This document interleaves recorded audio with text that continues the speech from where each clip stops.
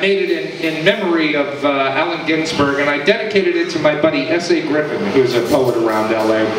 It was after a conversation we had had about the lost generation and the beat generation, and those of us who were young people and teenagers during Vietnam, during the 60s and the early 70s, and I said to S.A. at one point, I said, what happened to us after that war? You know, we had the lost generation after World War I, we had the beat generation after World War II. What the hell happened to us after 9? And S.A. said, we had to become an outlaw generation. I said, I like that, I'm going to write something about that. So, this is it. It's called Outlaws. I saw the best minds of my generation destroyed by maddening materialism. Marginalized, conceptualized, computerized, outsourced, and ostracized. Prowling the night corridors once populated by angel-headed hipsters. Temples now throbbing to the backside beat of Donna's summertime bad girls and the graceless prancing of the disco duck, looking only for an angry father. We were told our long national nightmare was done when Nixon's defeat was won, but in fact, it had just begun. Now, with non-pass, we could turn at last to the unfinished business left when JFK's brains were blasted across the inner sanctum of our young nightmares. When Martin and Bobby fell beneath the thunder of our darkening indifference. But now was the time to ring the chimes of freedom. Those dreams set aside in the brave new world when Dylan began to rock. Now we could take stock to build and see that gleaming society of justice and equality. But it was not to be.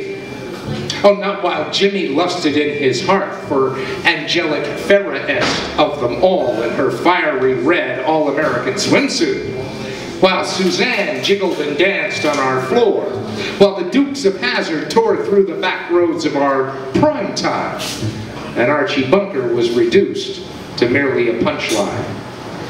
When some of us cried, Reagan lied, it may be morning in his America, but the days are growing dim in Baltimore, in Detroit, in Cleveland, and Patterson.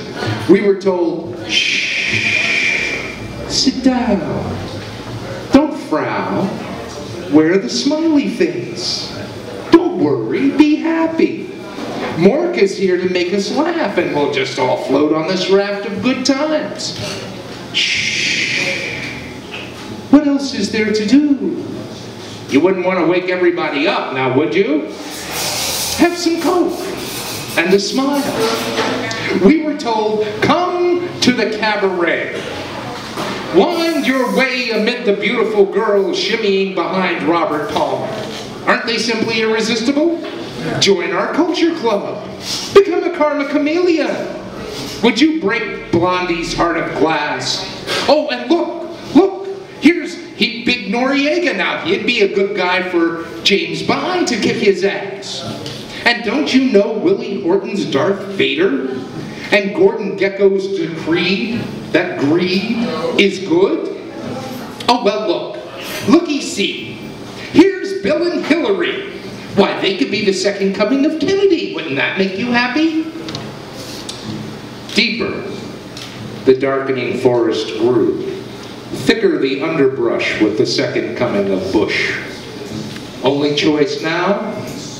Follow the outlaw trail.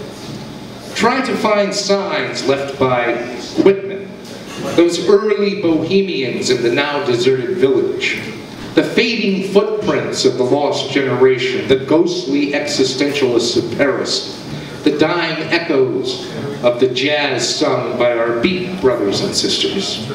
And where are the angry young men and women of yesteryear?